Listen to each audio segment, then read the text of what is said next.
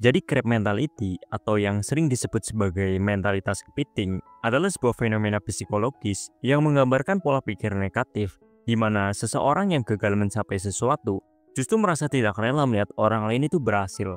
Bahkan seringkali mereka itu berusaha untuk menghalangi atau menjatuhkan kesuksesan orang lain dengan berbagai cara. Pola pikir ini itu menciptakan siklus destruktif di mana seseorang dengan mentalitas seperti ini itu cenderung menarik orang lain untuk mengalami kegagalan yang sama dengan mereka.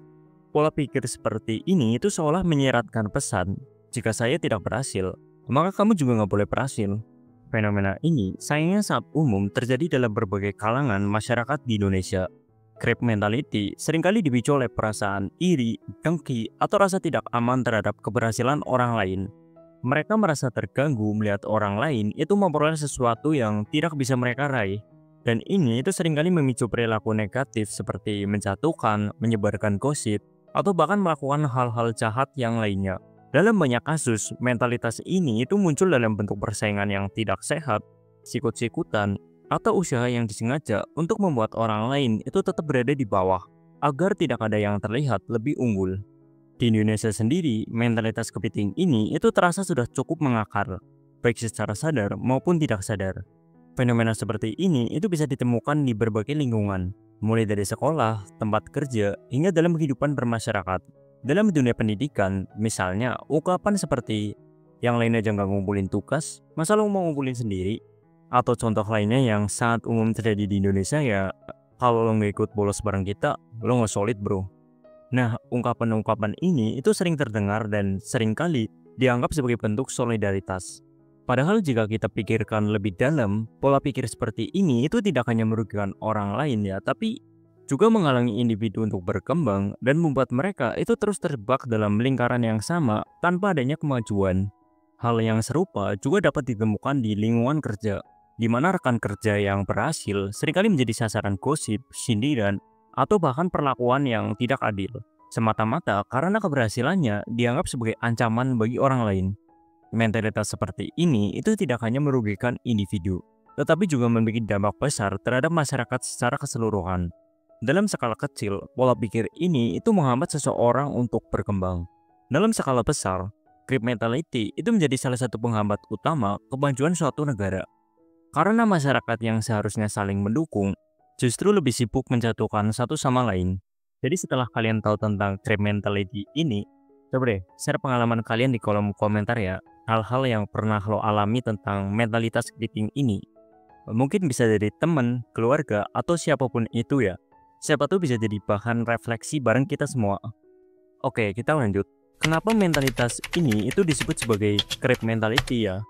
Sebenarnya, istilah crab mentality itu berasal dari perilaku alami sekumpulan kepiting ketika ditempatkan dalam sebuah ember.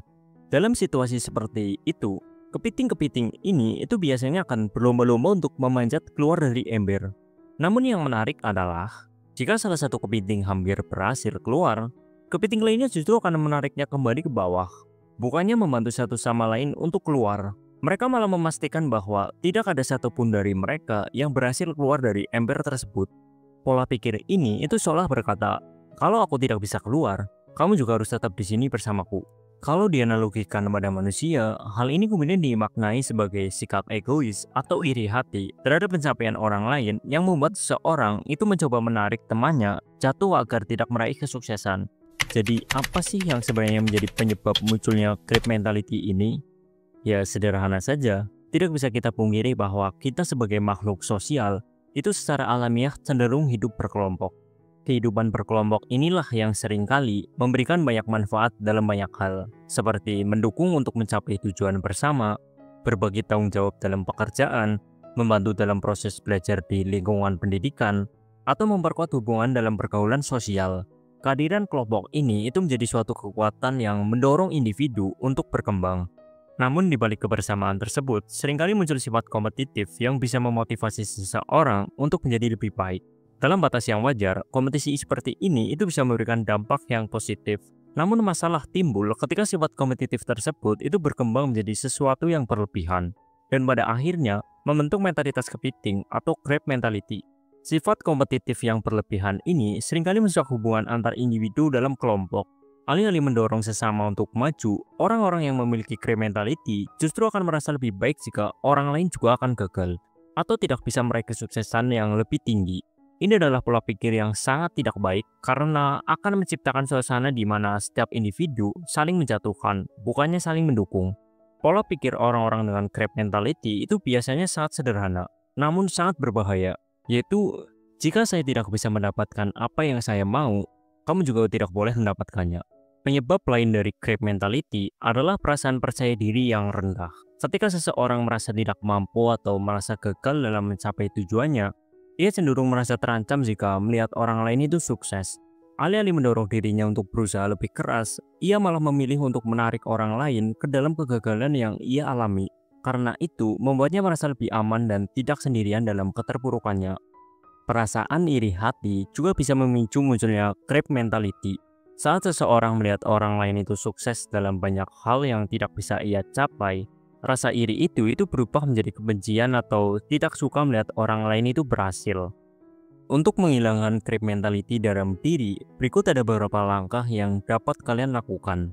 Nah, yang pertama adalah kesadaran diri. Langkah pertama untuk mengatasi grab mentality adalah memiliki kesadaran diri yang kuat. Sadari bahwa sikap ini itu tidak hanya merugikan diri sendiri, tetapi juga merusak hubungan dengan orang lain. Dengan mengenali tanda-tanda grab mentality seperti rasa iri yang berlebihan atau keinginan untuk menjatuhkan orang lain, kalian dapat mulai membuat perubahan yang lebih positif. Jadi, berhentilah untuk menyalahkan orang lain atas kegagalan diri sendiri, dan mulai fokus pada solusi untuk diri kalian sendiri. Dengan begitu, kalian bisa menjadi pribadi yang lebih dewasa dan lebih baik dalam cara berpikir dan bertindak. Oke, kita akan lanjut yang kedua, yaitu menumbuhkan rasa percaya diri. Banyak dari kita yang terjebak dalam grab mentality itu karena merasa tidak cukup baik atau berharga. Salah satu cara untuk mengatasi ini adalah dengan mengembangkan rasa percaya diri. Kenali dan hargai kekuatan serta potensi diri kita sendiri. Fokuslah pada apa yang sudah kalian capai dan bagaimana kalian bisa terus berkembang. Dengan meningkatkan rasa percaya diri, kalian tidak akan merasa terancam atau iri terhadap pencapaian orang lain, melainkan merasa terinspirasi untuk mencapai tujuan kalian sendiri dengan cara yang lebih produktif dan positif. Oke, kita akan lanjut yang ketiga, yaitu berlatih empati dan mendukung kesuksesan orang lain. Salah satu cara yang efektif untuk mengatasi grab mentality adalah dengan berlatih empati. Alih-alih merasa terancam atau iri ketika orang lain mencapai sesuatu yang luar biasa, mulailah untuk merayakan kesuksesan mereka, tawarkan dukungan, pujian, atau bahkan belajar dari pencapaian mereka. Ini akan membantu kalian untuk membangun rasa saling percaya dan mempererat hubungan. Ketika kalian mendukung orang lain, kalian juga sedang memperkuat diri kalian untuk melihat dunia yang lebih positif dan terbuka. Oke, kita akan lanjut yang keempat, yaitu fokus pada diri sendiri dan tujuan pribadi. Salah satu cara terbaik untuk mengatasi grab mentality adalah dengan mulai fokus pada diri sendiri dan tujuan pribadi. Daripada membandingkan diri kita dengan orang lain, coba alihkan perhatian kalian pada pencapaian yang ingin kalian raih.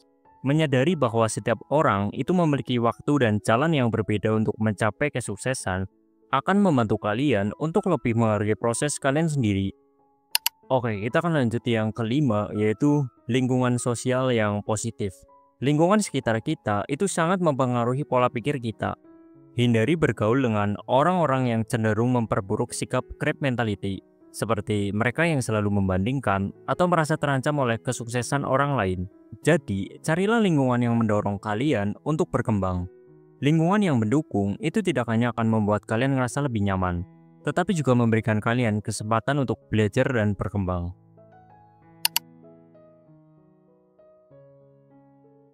Grab mentality adalah masalah yang perlu kita atasi bersama, baik di tingkat individu maupun masyarakat.